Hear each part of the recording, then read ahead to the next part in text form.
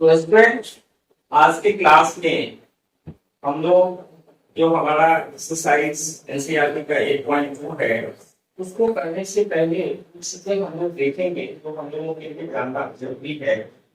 जैसा कि हम लोग जानते हैं एक क्वेश्चन बराबर एग्जाम्स में आते हैं जो आप साइन 30 साइन 60 कॉस 30 या कॉस 60 उसका वैल्यू ज्योमेट्रिकली आप कैसे निकालेंगे, कभी कभी वो क्वेश्चन पूछे जाते हैं।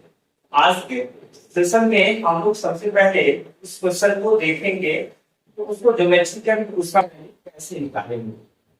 तो हमारा क्वेश्चन है find geometrically the value of sine 30 sine 60 cos 30 and cos 60। तो इस तरह के क्वेश्चन जब भी हो, साइन कॉस के अलावा आपको टेन भी हो सकता है, कॉट भी हो सकता है, सेक भी हो सकता है, कोसेक भी हो सकता है।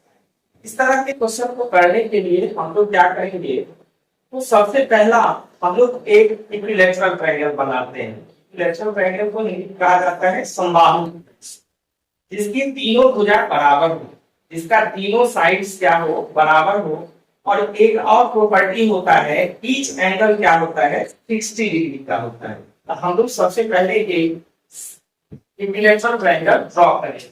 हम लोग यहाँ एक इक्विलैटरल ट्रायंगल ड्रॉ करते हैं जिसका तीनों साइड क्या होगा, इक्वल होगा। ये इक्विलैटरल ट्रायंगल हमने बनाया एबीसी, इसका ये एंगल कितना 60 डिग्री, ये भी एंगल क्या होगा 60 डिग्री। और इस साइड को मान लीजिए हम ए मान लेते हैं। ये भी साइड कितना हमारा हो जाएगा ए, और ये भी साइड क्या हो जाएगा ए हो जाएगा। तीनों साइड सेम होगा। और यहां से हम एक परपेंडिकुलर इसका डालते हैं, ये एडी हम परपेंडिकुलर डाल रहे हैं। ये परपेंडिकुलर जब हम लोग डालेंगे ये क्या करता है, बेस को बाइसेक्ट करता है, चाहे वो इक्विलैटरल ट्रायंगल हो या आइसोसीलस ट्रायंगल हो, समबाहु त्रिभुज हो या समबाहु त्रिभुज हो।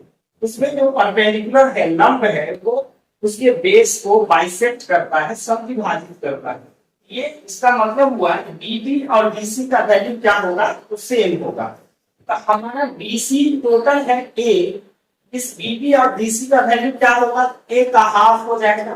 बीबी का वैल्यू हम लोग का ए बाई 2 होगा और बीसी का भी वैल्यू क्या होगा, ए बाई 2 हो जाएगा। हम लोग को इस एडी का वैल्यू सबसे पहले फाइंड करना है, इस एडी का वैल्यू क्या होगा। इस एडी के वैल्यू को फाइंड करने के लिए हम लोग पाइथागोरस थ्योरम का यूज करेंगे। सबसे पहले इसको आप देखेंगे, डिस्टेंस एडी, यहाँ सबसे पहले आप देखिए let triangle ABC is an equilateral triangle. Equilateral triangle मतलब ये समबाहु त्रिभुज है, ये हम लोग मान लेते हैं। और ये एडी क्या है, परपेंडिकुलर है बीसी पर। ये एडी बीसी पर परपेंडिकुलर है, परपेंडिकुलर है, ये परपेंडिकुलर का साइन होता है। तो परपेंडिकुलर है, ये बेस को बाइसेक्ट करेगा, बेस को बाइसेक्ट करेगा। इसका मतलब ये BB equal to BC equal to क्या होगा, बीसी का हाफ होगा, दैट इज ए बाई 2 हो जाएगा। मतलब बीबी का भी वैल्यू ए बाई 2 होगा और बीसी का भी वैल्यू ए बाई 2 होगा। अब इस ट्रायंगल में देखिए हमारा एंगल सी है 60 और ये जो परपेंडिकुलर है ये एंगल कितना हो जाएगा, ये 90 डिग्री होगा। जब ये किसी भी ट्रायंगल का हम लोग जानते हैं तीनों एंगल का सम होता है 180। ये ट्रायंगल जब आप लेते हैं एबीसी, इसका एक एंगल हो गया 90, दूसरा 60, 90 और 60 हो गया 150। तो तीसरा एंगल जो होगा वो कितना होगा 30, 150 में 30 जोड़ेंगे तो 180। ये एंगल हमारा कितना हो गया 30 डिग्री होगा। ये भी एंगल हमने लिख दिया। अब हमको चाहिए इस एडी का वैल्यू। पाइथागोरस थ्योरम क्या कहता है, जो हाइपोटेनस का स्क्वायर जो है वो परपेंडिकुलर स्क्वायर प्लस बेस के स्क्वायर होता है। चाहे आपको डायरेक्ट फार्मूला बताए हुए हैं, जो परपेंडिकुलर होता है उसके लिए डायरेक्ट फार्मूला क्या है, अंडर रूट हाइपोटेनस का स्क्वायर माइनस बेस का स्क्वायर। यहां हम लोग लिखते हैं इन ट्रायंगल, कोई भी एक ट्रायंगल आप लेंगे, जैसे एबीसी हम लोग ले रहे हैं, एक ट्रायंगल ABC, आपकी मर्जी है आप ADB भी ले सकते हैं, उससे भी आप बना सकते हैं। हम ADC ले रहे हैं। ADC में क्या होगा, AC जो हमारा हाइपोटेनस है, इसका स्क्वायर किसके इक्वल होगा, AD square plus DC square के इक्वल होगा। ये हो जाएगा AD square plus DC square. ये हमारा hypotenuse square equal to perpendicular square plus base का स्क्वायर। अब AC का वैल्यू क्या आपके पास कितना है, ये है A स्क्वायर। AD का वैल्यू आपको नहीं पता है, AD स्क्वायर प्लस DC कितना है, A/2 का स्क्वायर। अब क्या होगा, यहाँ देखें इम्प्लाइज में ये हो गया A स्क्वायर आपको, और RHS में ये A/2 है, इसका स्क्वायर कीजिए, क्या होगा A स्क्वायर बाई 4। उसको हम लोग LHS में लाएंगे, इसको LHS में लाएंगे, minus A square by 4 is equals to AD square.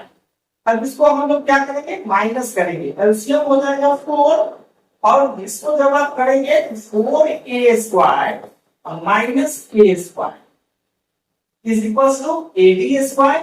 अब पहले हम लोग AD स्क्वायर लिख लेते हैं, AD स्क्वायर इसको घटाइए, क्या हो जाएगा 3A स्क्वायर बाई 4। अब इधर स्क्वायर है, इस स्क्वायर को हम लोग हटाएंगे, स्क्वायर को हटा दीजिए, AD इक्वल टू क्या होगा, square root of 3A square by 4। AD equals to क्या हो गया, √3 तो रह जाएगा, A स्क्वायर का स्क्वायर रूट A हुआ, 4 का स्क्वायर रूट हो गया 2।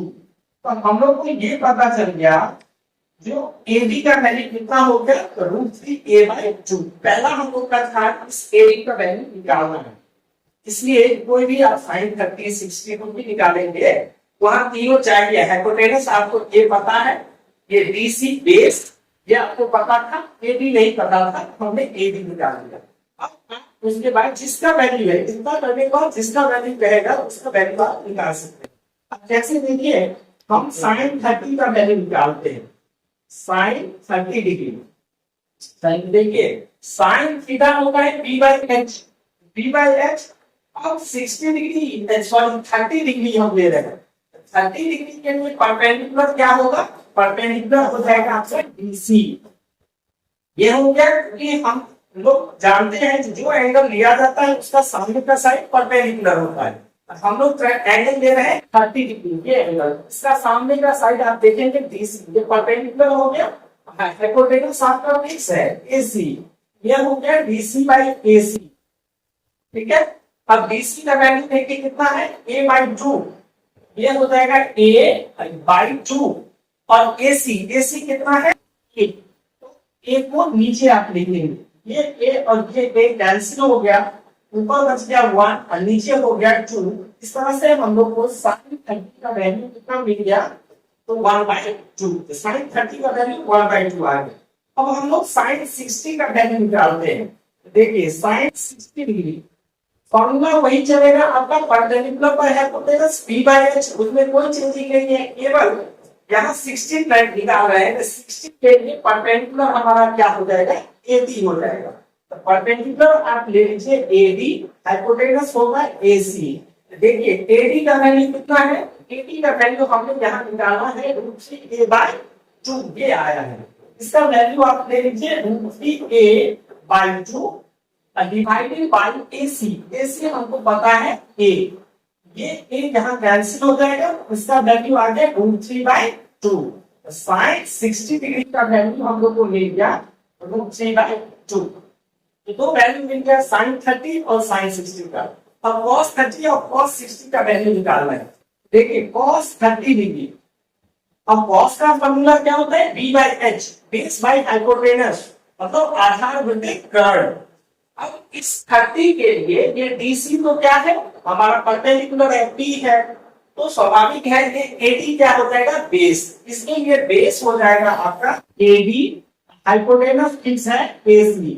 AD का वैल्यू कितना है, √3A/2, और AC हमारा है A, कैंसिल हो गया, इसका वैल्यू आ गया √3/2।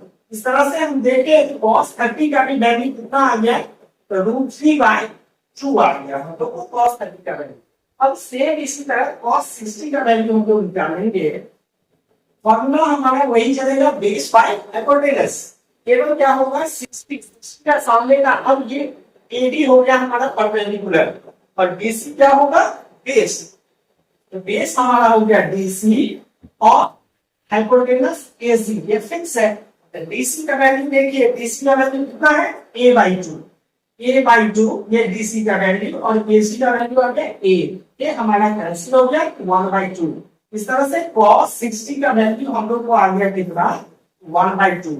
इस तरह से स्टूडेंट आप लोग किसी भी 10 का कहे 16 30 कुछ भी उसका आप वैल्यू इस तरह से इजिली कैलकुलेट कर सकते हैं।